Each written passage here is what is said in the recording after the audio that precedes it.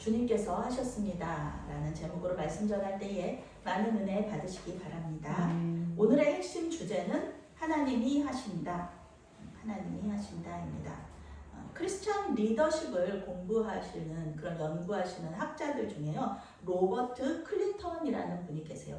이제 그분이 이제 지도자 평생 개발론이라는 책을 쓰셨는데 거기에 섭리적 만남이다라는 그런 용어가 들어 있습니다. 섭리적 만남. 섭리는 하나님의 뜻이잖아요. 그래서 말 그대로 하나님께서 주권적으로 만나게 하시는 그런 사람들, 이런 만남, 인연, 이런 것을 섭리적 만남이라고 하는 거예요. 하나님이 어떤 사람의 삶에 있어서 결정적인 순간에 그 사람의 능력을 강화시켜 주시기 위해서, 이분은 이제 리더십 공부하시는, 리더십 연구하시는 분이시니까 그 리더십을 강화시켜 주시기 위해서 보내주시는 사람으로 우리가 계획해서 만나는 것이 아니에요. 오직 주님의 주권적인 섭리 가운데 만나는 사람을 이렇게 우리가 섭리적 만남이다 이렇게 얘기를 하고 있습니다. 우리는 이러한 섭리적 만남을 통해서 하나님의 뜻을 분별하기도 하고 또 앞으로의 진로에 대한 안내를 받기도 합니다. 오늘 말씀에도 섭리적 만남을 통하여서 하나님의 뜻을 깨닫고 삶의 변화에 순복하는 사람들의 이야기가 나옵니다.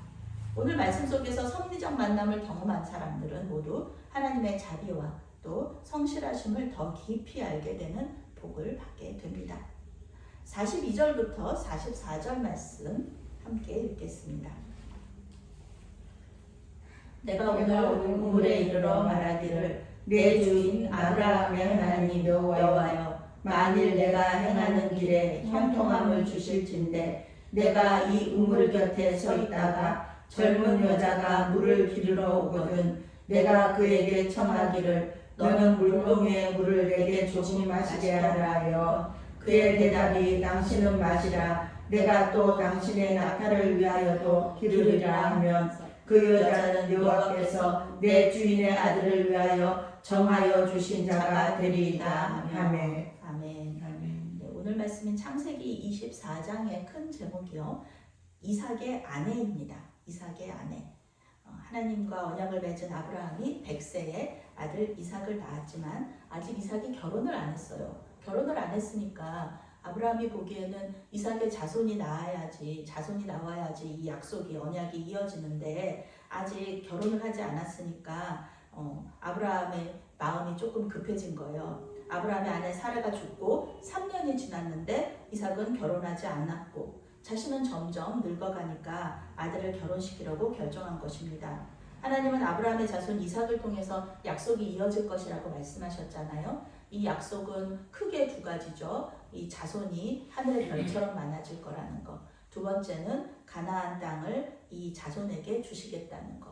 물론 이제 그 숨겨진 그 복도 하나 있죠. 그 자손, 씨. 그 씨를 통하여서 그 자손을 통하여서 그 자손입니다. 그 자손을 통하여서 천하 만민이 복을 받을 것이다. 요 약속이 숨겨져 있죠. 이 자손, 이 씨는 분명히 예수 그리스도를 의미하는 것입니다. 예수님을 믿고 모든 사람들이 구원을 받을 것이라는 것, 예수님을 통하여서 천하 만민이 구원을 받을 것이라는 것을 이렇게 말씀하고 계시는 거죠. 성경은 아브라함이 나이가 많이 늙었고 또 여호와께서 그에게 범사에 복을 주셨다 이렇게 말하고 있습니다. 지금 아브라함의 나이는 140세거든요. 그렇게 장수의 복을 받았습니다. 영어 성경은 범사에 복을 주셨다. 이거를 하나님께서 그를 부자로 만드셨고 그가 하는 모든 일이 성공하게 하셨다. 이렇게 번역하고 있습니다. 예전에 부흥사 목사님들이 한창 활동하시던 시절이 있었어요. 동네마다 이제 부흥사 목사님들 오셔서 이렇게 설교하셨는데 그 부흥사 목사님들이 많이 하셨던 설교 내용 중에 하나가 바로 이거예요. 이 말씀이에요. 하나님 잘 믿으면 아브라함처럼 복을 받는다. 그렇게 말씀하시면서 장수의 복과 재물의 복과 자녀의 복을 모두 받은 인물로 이제 아브라함의 예를 많이 드셨습니다. 복을 주셨다. 이것은 원어로 바라크라는 단어입니다. 바라크는 무릎을 꿇다, 복을 주다, 찬양하다 라는 뜻을 가지고 있습니다. 그러니까 바라크라는 단어 안에 복을 받는 비결이 들어있는 거예요. 복 받는 비결. 그것은 바로 무릎을 꿇고 주님께 기도하고 찬양할 때 하나님께서 복을 주신다는 겁니다. 우리가 무엇을 어떻게 해서 우리가 하나님께 잘하고 의롭게 생활하고 그것도 물론 중요하죠. 그런데 주님께 이렇게 복을 받으려면은 우리가 이거를 해야 된다 저렇게 해야 된다 그런 의미보다는 기도와 찬양을 통하여서 주님과 깊은 교제 가운데 들어가는 것, 친밀한 관계를 가진다는 것 자체가 복이라는 그런 뜻을 가지고 있습니다. 구약 성경은 아브라함과 같이 장수와 물질의 복을 받으면 복 받았다고 해요. 그렇지만 신약은 아니죠. 신약은 영적인 복도 중요하게 생각합니다. 구원이라는 영적인 복을 받은 사람들을 귀하게 여기는 거죠. 오늘 순교자 기념 주일인데요. 예수님의 12 제자를 비롯하여서 많은 사람들이 복음을 위해서 가난해지고 고난당하고 순교했습니다. 그러면 이분들은 복 받은 사람들이 아니냐? 아니죠. 이분들이야말로 정말 영적인 복을 크게 받으신 분들이죠. 이분들 저주받은 자라고 누가 얘기합니까? 다 복 받은 사람들이라고 얘기하는 것입니다. 우리는 이 세상만을 사는 것이 아니잖아요. 영생을 사는 사람들이잖아요.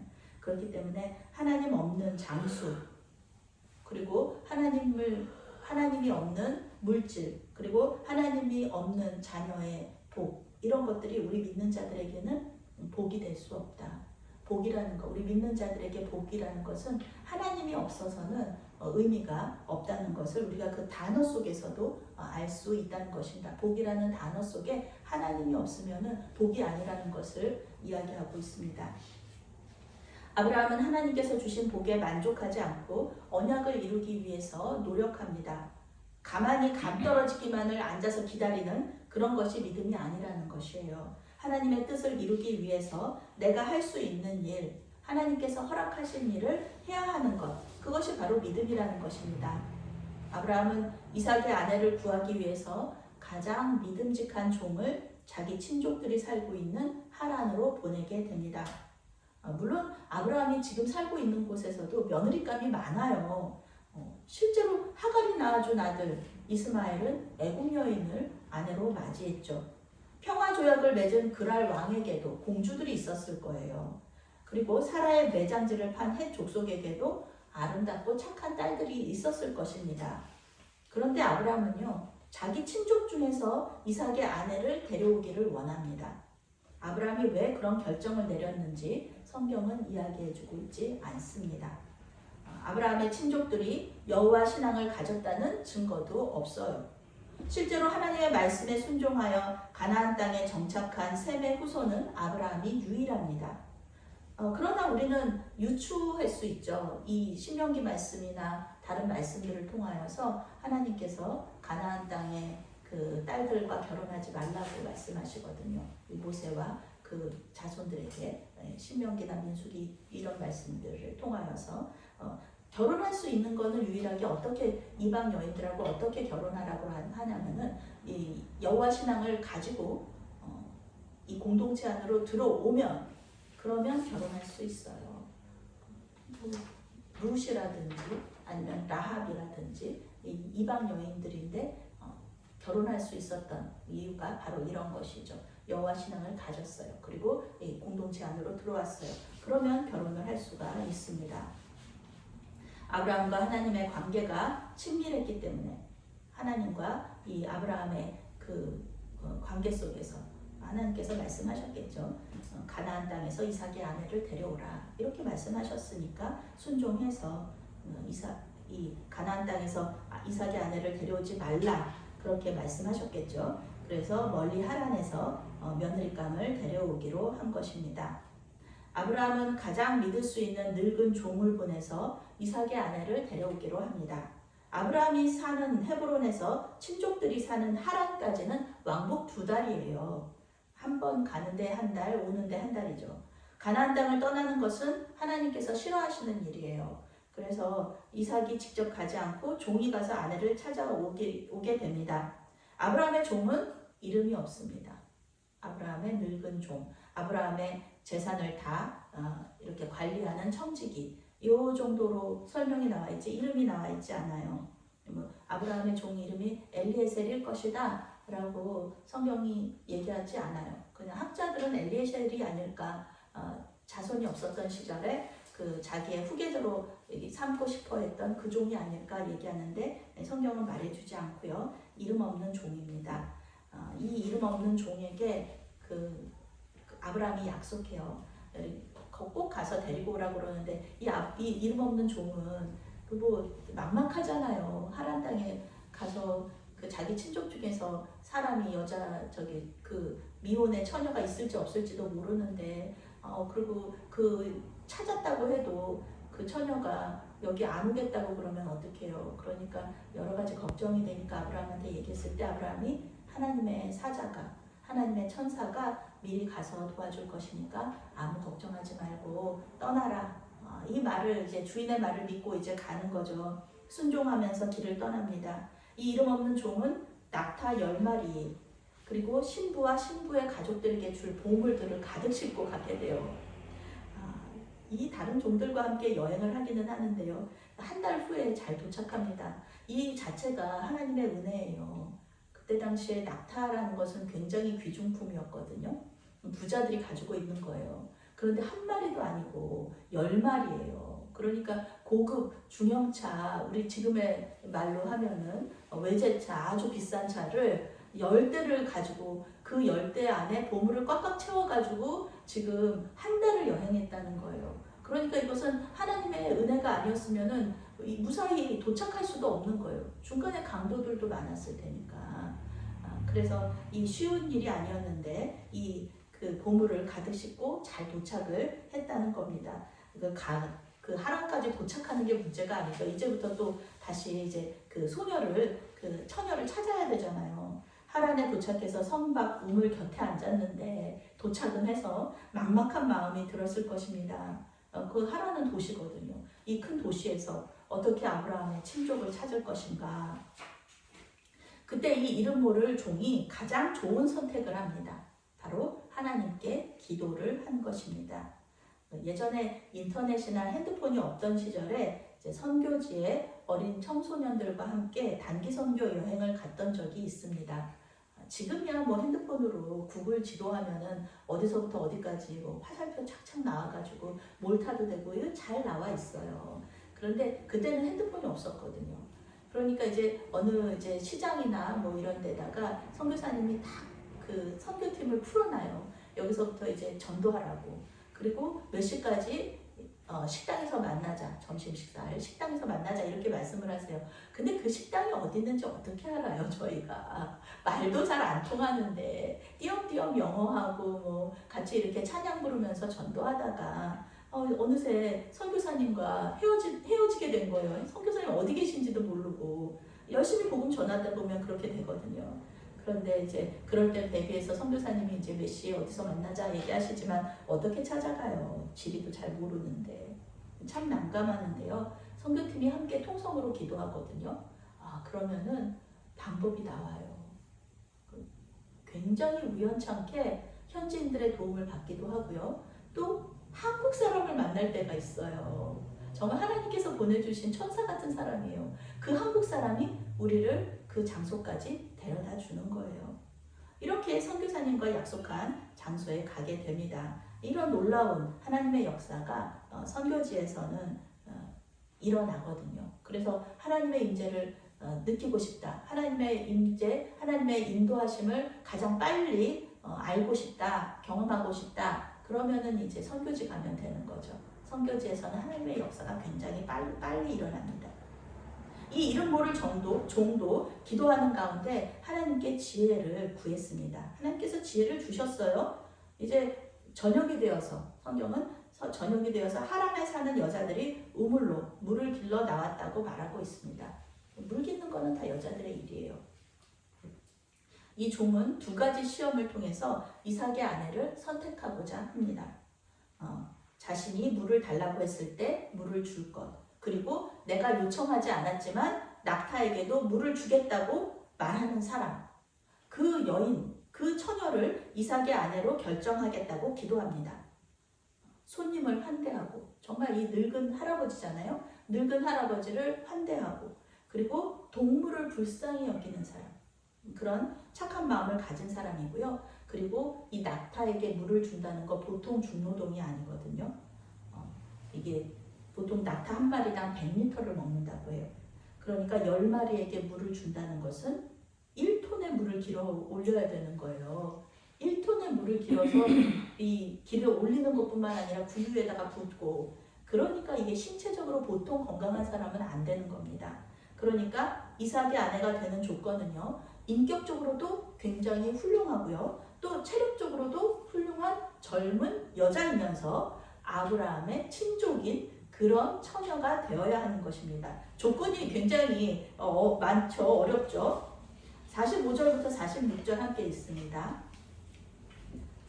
내가 마음속으로 말하기를 마치기도 전에 리브가가 물동이를 어깨에 메고 나가서 우물로 내려와 깊기로 내가 그에게 이르되 청하건대 내게 마시게 하라 한즉 그가 급히 물동이를 어깨에서 내리며 이르되 마시라. 내가 당신의 낙타에게도 마시게 하리라 하기로 내가 마시매 그가 또 낙타에게도 마시게 하는지라. 아멘.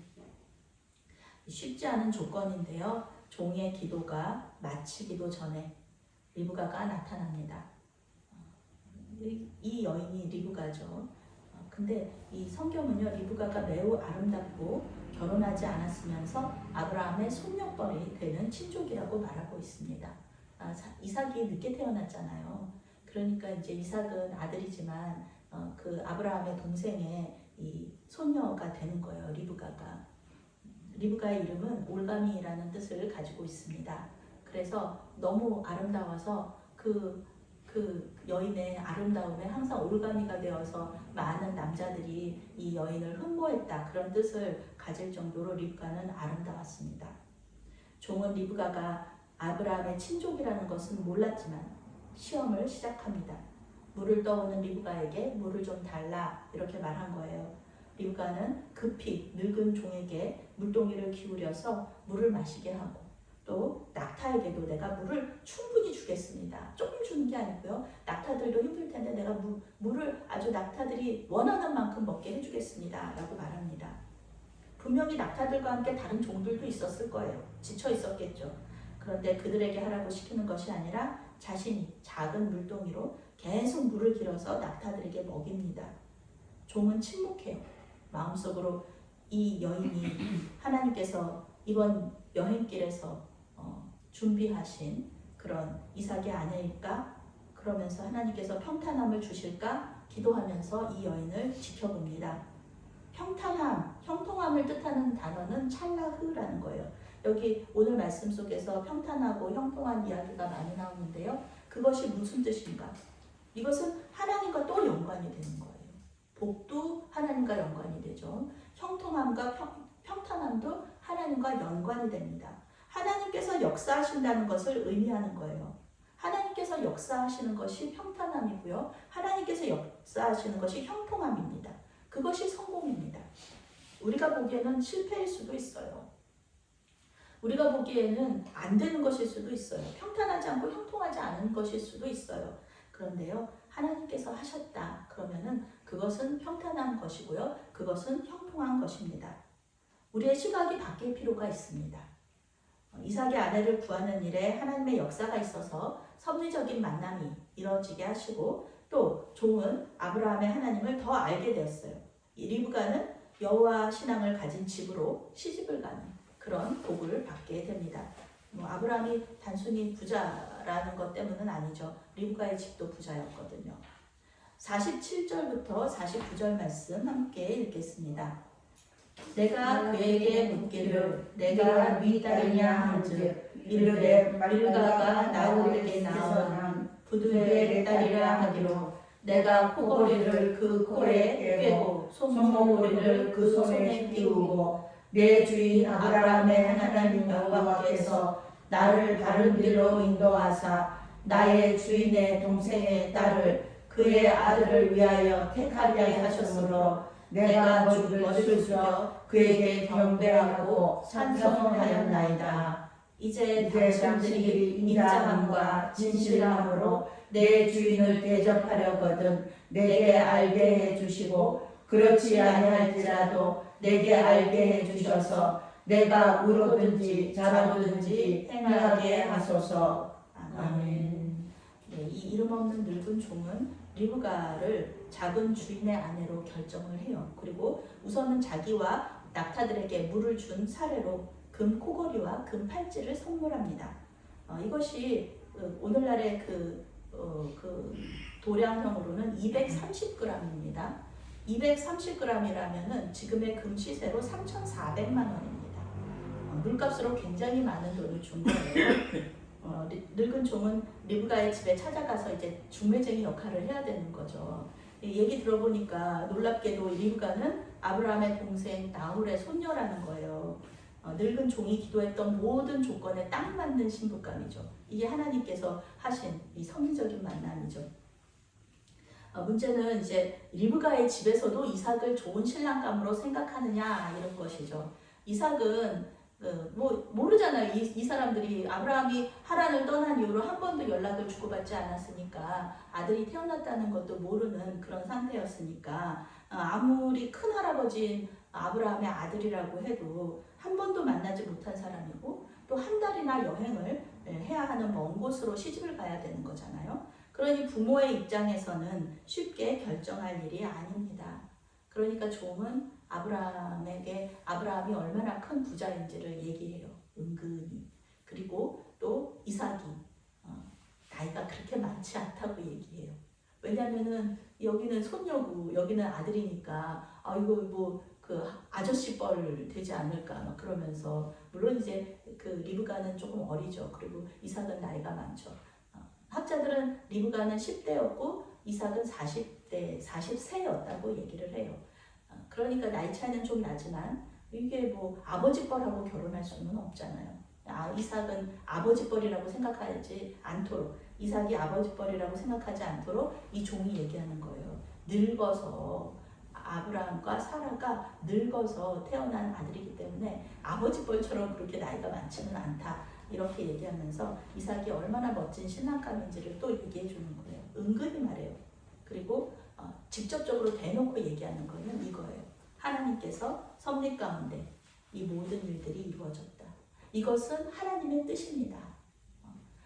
리브가와 우리 작은 주인 이삭이 결혼하는 것은 하나님의 뜻입니다. 이렇게 얘기하는 거예요. 자신이 리브가를 만난 것 하나님의 기도 응답이라고 이야기하면서 리브가의 오라비 라반과 부모를 설득하고 있습니다.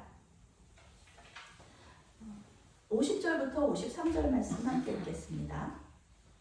라반과 부두엘이 대답하여 이르되 이 일이 여호와께로 말미암았으니 우리는 가부를 말할 수 없노라. 리브가가 당신 앞에 있으니 데리고 가서 여호와의 명령대로 그를 당신의 주인의 아들의 아내가 되게 하라. 아브라함의 종이 그의 말을 듣고 땅에 엎드려 여호와께 절하고 은금 태물과 의복을 꺼내어 리브가에게 주고 그의 오라버니와 어머니에게도 보물을 주니라. 아멘.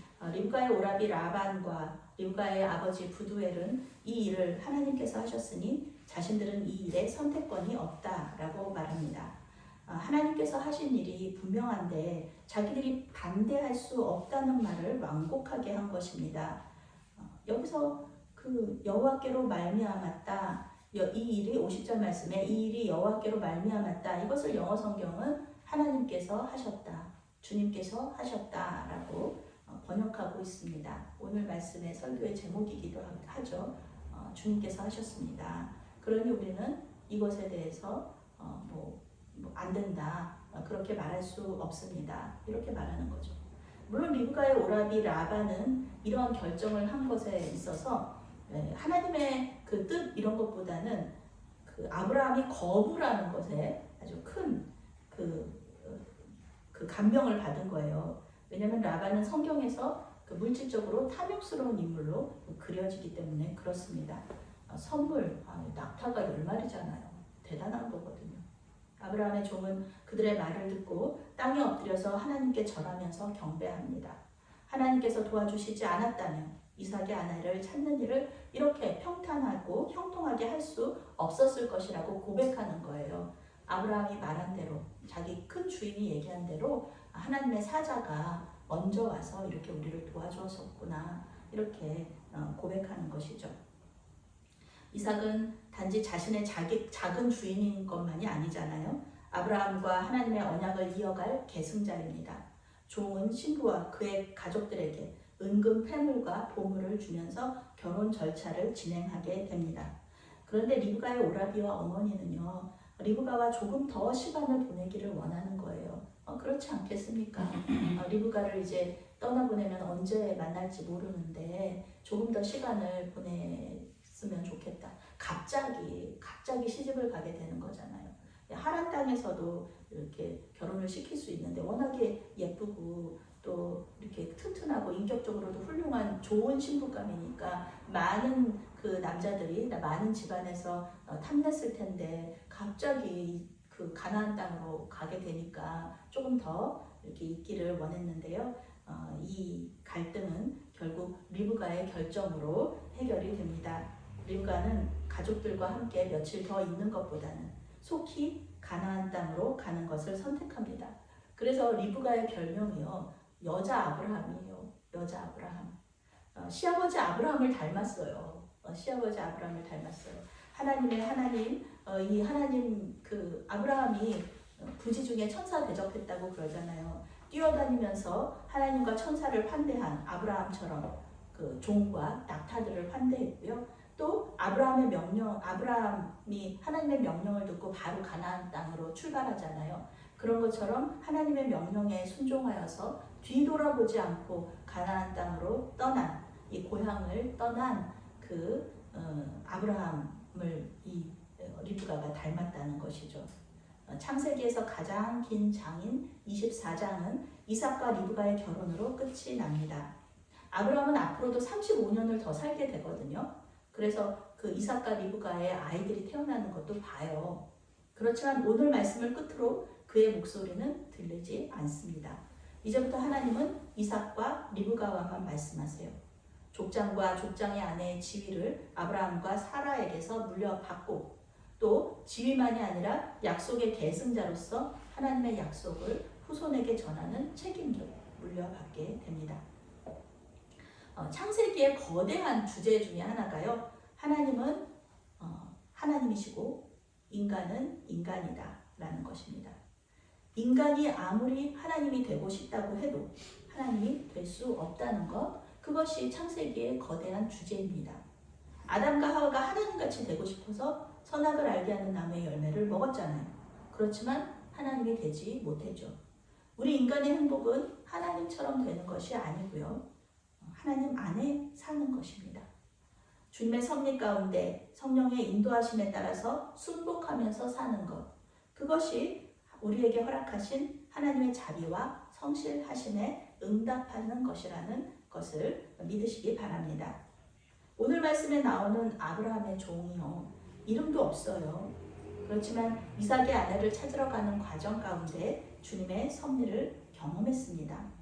아브라함의 종의 능력으로는요, 절대 이 조건에 맞는 이삭의 아내를 찾을 수 없었다는 것입니다. 그런데 하나님의 하나님 되심을 인정하고 기도하면서 그 섭리에 따라갔을 때 가장 완벽한 조건의 신부감을 만날 수 있었습니다. 아브라함도 역시 어때요? 자기 편한 대로 했다면, 자기가 하나님인 것처럼 했다면 경제적으로나 정치적으로나 효율적인 결혼을 시킬 수 있었겠죠. 결혼동맹 맺으면 되잖아요. 혼인동맹 맺으면 되잖아요. 그랄 왕과 혼인동맹 맺는다면은 평화롭게 물 때문에 싸우지 않고 가나안 땅에서 살 수 있었을 거예요. 그런데 그는 하나님이 아니었습니다. 하나님의 뜻에 순종하여서 자기 친족 중에서 며느리를 데리고 오는 수고를 했습니다. 여자 아브라함이라고 불리는 이 리브가는 또 어떻습니까? 자기가 하나님이었다면 사랑하는 부모와 형제를 떠나서 멀리 시집 오지 않았을 것입니다. 리브가 정도의 조건이라면은 하란의 귀공자와 결혼할 수 있잖아요. 그런데 리브가는 그런 결혼을 하지 않았죠. 도시에서 살다가 이 시골로 시집으로 온 것과 마찬가지잖아요. 립가는 사라의 장막으로 들어가거든요. 불편함을 감수하게 되는 것입니다. 물론 이삭이 이 립가를 많이 사랑해줘요. 이삭 역시 마찬가지입니다. 자기가 하나님이었다면 아버지에게 순종하여서 얼굴도 모르는 여인과 결혼하지 않았을 것입니다. 자기 좋은 대로 주변의 가나안 여인과 결혼할 수도 있었습니다.